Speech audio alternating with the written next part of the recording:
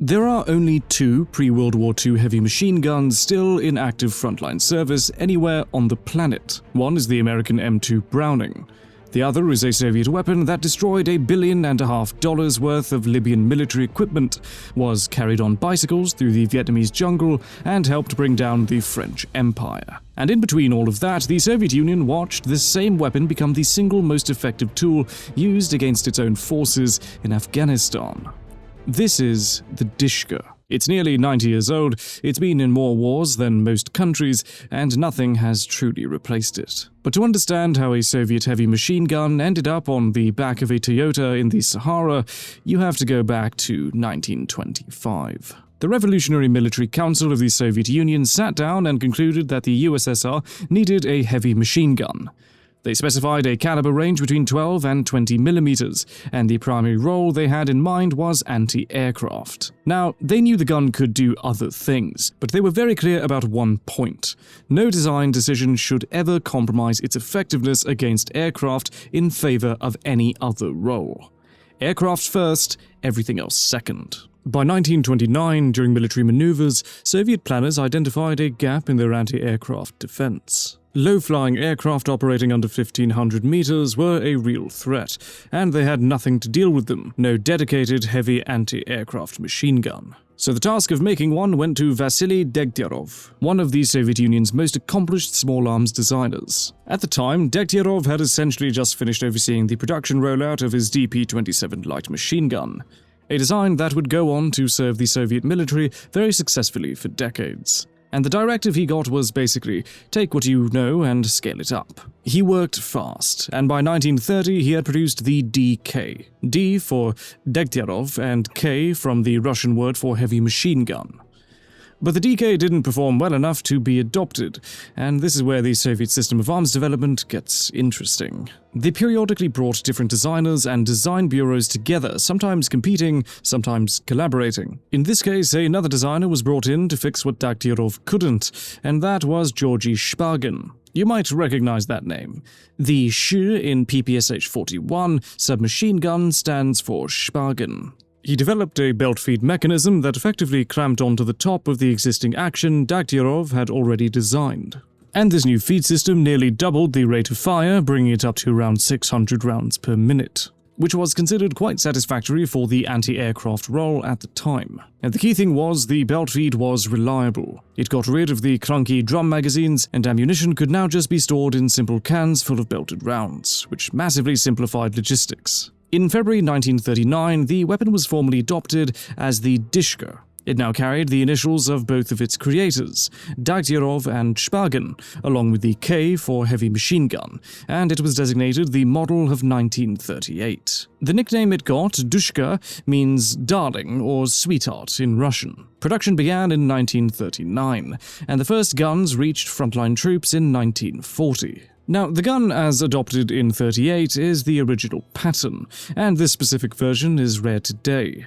In the final days of World War II, the Dushka underwent significant modifications, a completely new feed system along with a number of other changes, and the revised weapon became the DShK. It's this variant that became predominant in the post-war era and in global production going forward. So, before we go any further, we need to talk about where this whole 50 caliber machine gun concept actually comes from. Because it doesn't start in Russia. It traces back to a single German decision in October 1917. The Germans are facing British tanks on the Western Front, so they created the 13.2 by 92mm cartridge, designed for fighting tanks and aircraft. Now, the machine gun they planned for it, which was basically a scaled-up Maxim, was going to take too long. So Mauser was contracted to build a stopgap rifle instead, which led to the Tank-Gewehr M1918, the world's first purpose-built anti-tank rifle. The Americans were already thinking along similar lines. John Moses Browning started redesigning his 3006 M1917 machine gun, while Winchester developed a scaled-up cartridge. And that work eventually produced the legendary M2 Browning in 50 BMG. The Soviets completed the chain. Between 1930 and 34, Soviet designers developed the 12.7 by 108mm cartridge, basically their answer to both the German 13.2 and American 50 BMG. For comparison, the American 50 BMG used in the Browning M2 is 12.7 by 99. The same bullet diameter, but the Soviet case is 9mm longer. The Soviet round is slightly more powerful, though not to a degree you'd notice in practical terms. And despite the shared caliber, the two cartridges are completely non-interchangeable. The case heads are significantly different in dimension and design. There's this persistent piece of old lore floating around, suggesting that Soviet 12.7 ammo could be used in American 50 cal weapons, but not vice versa. Entirely false. Neither cartridge works in guns chambered for the other. And if you look at the timeline, the DShK's development closely parallels the M2 Browning's history. The difference is in how they framed the requirement. The Americans built their heavy machine gun program around dual threats, increasingly armored vehicles and aircraft. The Soviets made aircraft the top priority. So let's talk about how this thing actually works, and jump straight into combat. The DShK is gas-operated with a flapper-locking bolt. What that means in practice is you've got the gas tapped from the barrel that drives the bolt carrier rearward, and the locking flaps cam out of engagement as it moves. It fires from an open bolt, so when the gun is cocked and ready, the bolt is held all the way to the rear. You pull the trigger, it releases, the bolt flies forward, strips a round off the belt, chambers it, and fires. Simple and effective. There are two ways to charge the DShK, and this is, from an engineering standpoint, a really practical bit of design. The primary method uses a charging handle located underneath the spade grips. Now, this handle is actually part of the gun's mount rather than the gun itself, but it's by far the easier way to charge the weapon because the operator can put their full body weight into the stroke. You pull it back to lock the bolt to the rear, run it forward, and the gun is ready to fire. But then there's also a secondary method for situations where the gun might be on a platform that lacks the primary handle. A small socket on the side of the receiver is sized to accept a piece of spent 50 cal Soviet brass, which locks into place and serves as a manual charging handle. And you're meant to use an empty case for this, not a live round. The gun has a bracket on its left side for mounting an ammunition can. It's got a spring-loaded button that locks the can into place. The can itself has two mounting bars that slide over this bracket, and once it's mounted and locked, the front tilts outward to create a smooth feed tray leading up into the gun. You can close the lid cover over the belted ammunition to keep dirt out. It's a tidy system. The cyclic rate is around 600 rounds per minute, which sounds great on paper. But in practical sustained fire, that drops dramatically to somewhere between 80 and 125 rounds per minute. And that's limited by belt length plus barrel heating. With B-32 armor-piercing incendiary rounds, it can penetrate 20mm of steel armor at 500 meters. Now, weight is where things get really interesting. The DShK, in its standard ground mount configuration, weighs 74 pounds for the gun alone, which is roughly comparable to the M2 at 84 pounds.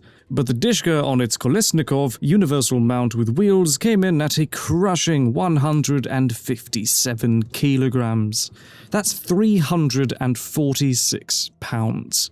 Compare that to the M2 on its M3 tripod at roughly 58 kilograms total, about 128 pounds. The gun is fitted with a hardened armor plate shield about 5mm thick, roughly a quarter inch. Designed to protect the gun and its crew, assessed as sufficient to stop standard 30 caliber rifle rounds. And the tripod's legs can be spread outward and the entire assembly can be stood up to serve as a dedicated anti-aircraft mount, giving much greater elevation range for engaging aerial targets. Which makes sense, because that was the entire point from day one. Now, comparing the two guns in terms of design philosophy, the M2 Browning evolved from 1918 prototypes through the water-cooled M1921 to the definitive M2 heavy barrel. It was recoil-operated, fired from a closed bolt, and was designed from the very beginning as a universal weapon.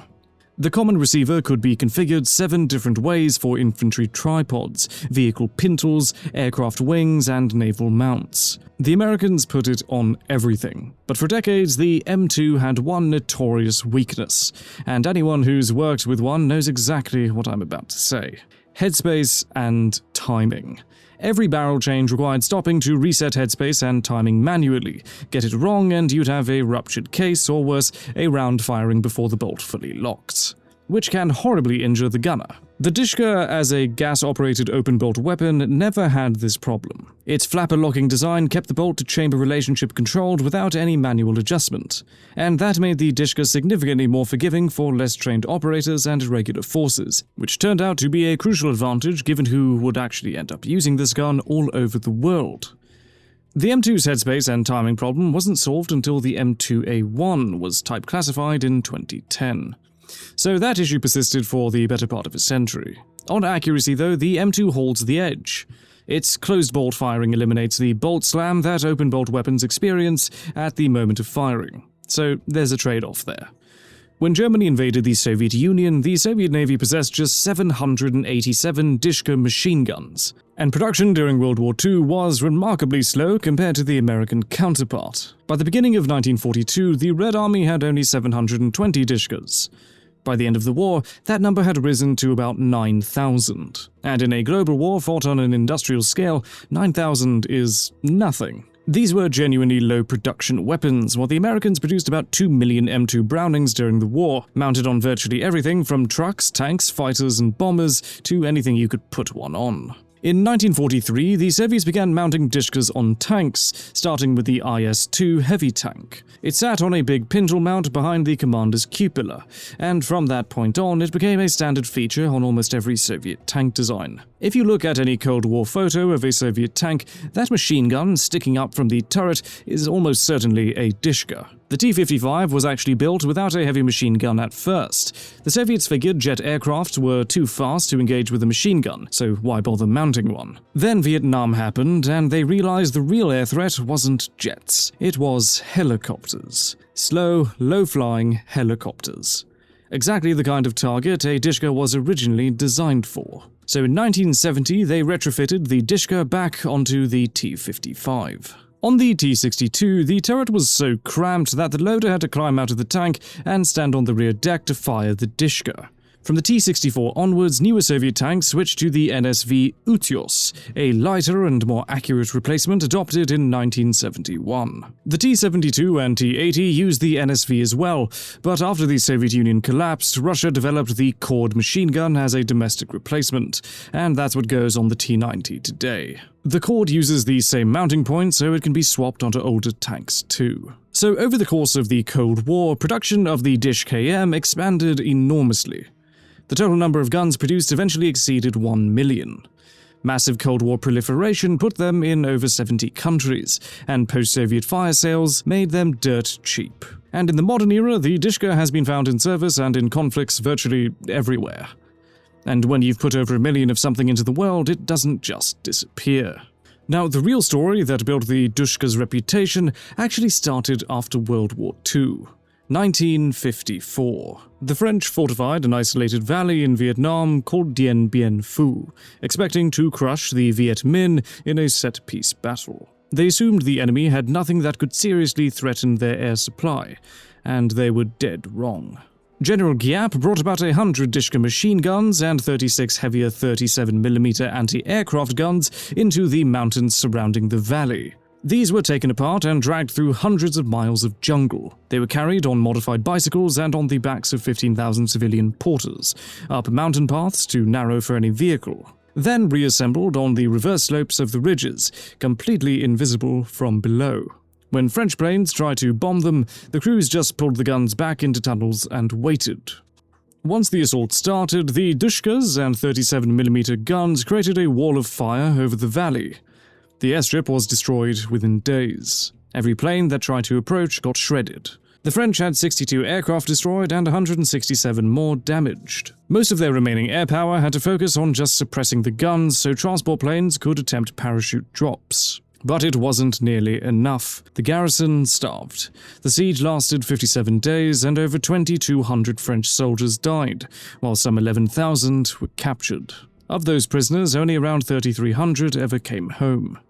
The French government resigned, and colonial rule in Southeast Asia ended partly because of a machine gun carried on bicycles through the jungle. The Vietnam War cemented the Dushka's reputation as the deadliest anti-helicopter weapon of the Cold War. The overall aircraft loss rate hit 42%, and the Dushka, along with its Chinese-manufactured copy, the Type 54, had a lot to do with those kills. The UH-1 Huey was catastrophically vulnerable. American troops called the Dushka the 51 cal to distinguish it from their own 50 cal M2 Browning. NVA and Viet Cong developed a classic setup for taking down helicopters, the triangle ambush. 3 Dushkas positioned roughly a kilometer apart, covering a helicopter landing zone from 3 directions.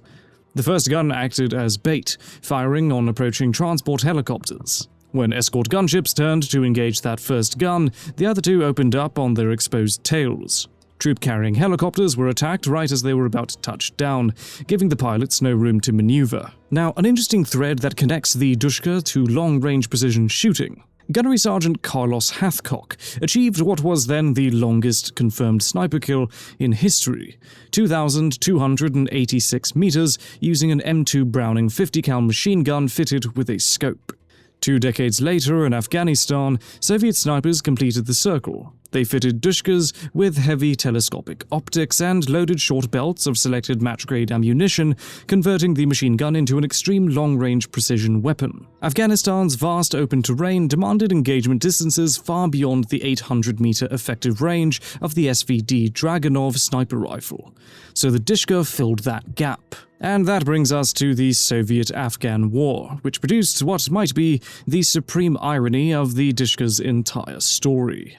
A Soviet weapon became the primary tool used against Soviet forces. The Mujahideen acquired Chinese Type 54 copies and Dushkas captured from Soviet and Afghan government forces. On top of that, Afghanistan's terrain offered ideal engagement geometry for the weapon. Now, the Soviets watched American helicopter losses to Dushka fire in Vietnam, and they learned from it. Soviet designers surrounded the Mi-24 Heinz pilots in a thick titanium bathtub cockpit with bulletproof windows rated against 50 caliber fire. And the result was that Heinz could absorb Dushka hits and keep flying.